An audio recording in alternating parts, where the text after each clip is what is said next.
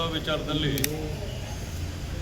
ಮೊನ್ನೆ ಗಣೇಶ ವಿಸರ್ಜನಾ ಸಮಯದಲ್ಲಿ ಸ್ವಲ್ಪ ಅಚಾತುರ್ಯವಾದ ಘಟನೆಗಳು ನಡೆದಿರ್ತಕ್ಕಂಥದ್ದು ಈಗ ಇಡೀ ರಾಜ್ಯಕ್ಕೆ ಗುರುತಿರ್ತಕ್ಕಂಥ ವಿಷಯ.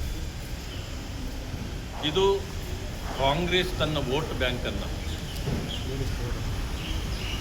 ಇಂಟ್ಯಾಕ್ಟ್ ಆಗಿ ಇಟ್ಕೊಳ್ಬೇಕು ಅನ್ನೋ ಕಾರಣದಿಂದ ಕೆಲವು ರೀತಿಯ ಓಲೈಕೆಗಳನ್ನು ಪ್ರಾರಂಭ ಮಾಡಿದ್ರಿಂದ ಇಡೀ ರಾಜ್ಯದಲ್ಲಿ ಇವತ್ತು ಜನ ತೊಂದರೆಯನ್ನು ಅನುಭವಿಸ್ತಕ್ಕಂಥ ಒಂದು ಪರಿಸ್ಥಿತಿ ಉದ್ಭವ ಆಗಿದೆ. ಇದಕ್ಕೆ ನೇರ ಹೊಣೆ ಕಾಂಗ್ರೆಸ್ ಸರ್ಕಾರ. ಮುಖ್ಯಮಂತ್ರಿಗಳು ಯಾವ ರೀತಿ ನಡ್ಕೊಳ್ಬೇಕು, ಸರ್ವರನ್ನೂ ತೆಗೆದುಕೊಂಡು ಹೋಗೋಂಥ ಕೆಲಸವನ್ನು ಅವ್ರು ಮಾಡ್ತಾ ಇಲ್ಲ. ಈ ಸರ್ಕಾರ ಒಂದು ಕಡೆಗೆ ವಾಲಿದ್ರಿಂದ ಇವತ್ತು ಈ ಪರಿಸ್ಥಿತಿ ಬರ್ತಾ ಇದೆ. ಸರ್ವರಿಗೂ ಸಮಪಾಲು, ಸರ್ವರಿಗೂ ಸಮಬಾಳು ಅಂತ ಹೇಳ್ತಕ್ಕಂಥ ಒಂದು ಸರ್ಕಾರ ಇದೇನ ನಡ್ಕೊಳ್ಬೇಕಾಗಿರೋದು. ಮತ್ತೆ ಗಣಪತಿ ವಿಸರ್ಜನೆಗೆ ನೀವು ಅವಕಾಶವನ್ನೂ ಕೊಡೋದಿಲ್ಲ. ಇವತ್ತು ಚಿತ್ರದುರ್ಗದಲ್ಲಿ ಒಂದು ದೊಡ್ಡ ಇವತ್ತು ಪ್ರತಿ ವರ್ಷದಂತೆ ಅಲ್ಲಿನೂ ಪದ್ಧತಿಯಂತೆ ನಡೀತಾ ಇದೆ. ಅಲ್ಲಿ SP ಅವರಿಗೆಲ್ಲನೂ ಈಗಾಗಲೇ ಆದೇಶ ಹೋಗಿದೆ, ಯಾವುದೇ ಕಾರಣಕ್ಕೆ ಪರ್ಮಿಷನ್ ಕೊಡಬೇಡಿ ಅಂತಂದ್ರೆ. ಏನು ನಮ್ಮೂರಿನಲ್ಲಿ ನಮಗೆ ನೀವು ಪರ್ಮಿಷನ್ ಕೊಡಬೇಕಾ? ಇದನ್ನು ಕೇಳಬೇಕಲ್ಲ. ಹಿಂದೂಗಳನ್ನು ಇವತ್ತು ಹತ್ತಿಕ್ಕತಕ್ಕಂಥ ಕೆಲಸಗಳು ಆಗ್ತಾ ಇದೆ.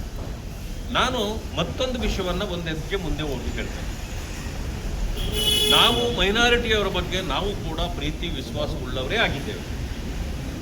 ಆದರೆ ವೋಟ್ ಬ್ಯಾಂಕಿನ ರಾಜಕಾರಣದಿಂದ ಅವರು ಮಾಡ್ತಕ್ಕಂಥ ಒಂದು ಓಲೈಕೆ ರಾಜಕಾರಣಕ್ಕೆ ಇವರು ಕೂಡ ಮಾರಿ ಹೋಗಿದ್ದಾರೆ. ಯಾಕೆ ನಾವು ಪ್ರೀತಿ ಮಾಡಲ್ವ ಅವ್ರನ್ನ? ಆದರೆ ಹಿಂದೂಗಳು, ಮುಸ್ಲಿಮರು ಅಥವಾ ಯಾರೇ ಆಗಿರಲಿ, ನಾವು ಅಣ್ಣ ತಮ್ಮಂದರ ರೀತಿ ಬಾಳ್ಬೇಕಾಗಿದೆ. ಈ ರೀತಿ ದ್ವಂದ್ವಗಳ ಸರ್ಕಾರ ಸೃಷ್ಟಿ ಮಾಡಿದಾಗ ಅದಕ್ಕೆ ಮುಸ್ಲಿಂ ಬಾಂಧವಗಳು ಕೂಡ ಸೊಪ್ಪು ಹಾಕಬಾರ್ದು.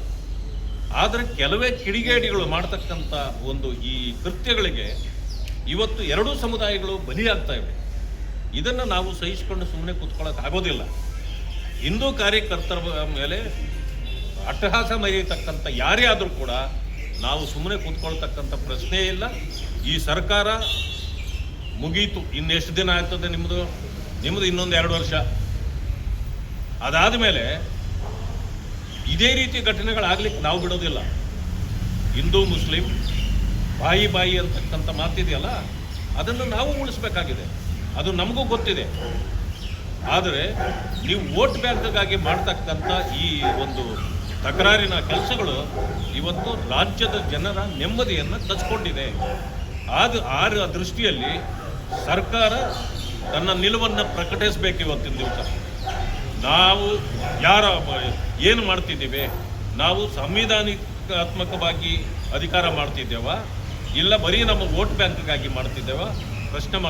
ಈಗ ಜನ ಪ್ರಶ್ನೆ ಮಾಡ್ತಿದ್ದಾರೆ, ಅದಕ್ಕೆ ಅವರು ಉತ್ತರ ಕೊಡ್ತಾರೆ. ಭದ್ರಾವತಿ ಶಾಸಕ ಹಿಂದೂ ಮೀಲಾದ್ ಹಬ್ಬದಿನ ಪಾಲ್ಗೊಂಡು ಮುಂದಿನ ಜನ್ಮದಲ್ಲಿ ಮುಸ್ಲಿಂ ಆಗಬೇಕು ಬಯಕೆ ಅಂತ ಹೇಳಿ ಅವ್ರದ್ದೇ ಭದ್ರಾವತಿಯಲ್ಲಿ ಪಾಕಿಸ್ತಾನ ಪರ ಕೂಡ ಮುಳುಗಿದೆ ನೋಡಿ.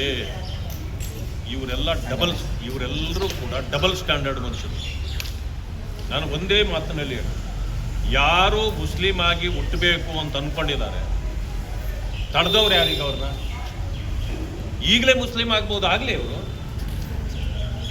ಈಗ ಧಾರ್ಮಿಕ ನಂಬಿಕೆಗಳಿಗೆ ನಮ್ಮ ದೇಶದಲ್ಲಿ ಅಡೆತಡೆ ಇಲ್ಲ.